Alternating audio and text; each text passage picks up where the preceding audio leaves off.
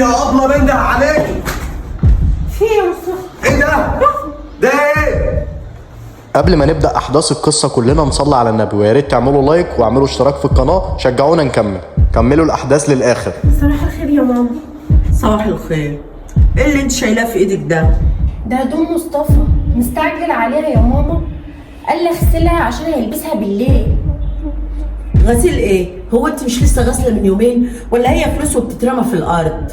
معلش يا ماما، هو انا هقول له لا؟ ما هو مستعجل عليه. هخش احط له الطقم في الغساله واطلع عشان اجهز لك الفطار. فطار؟ هو انا لسه هستناكي؟ روحي اغسلي الغسيل.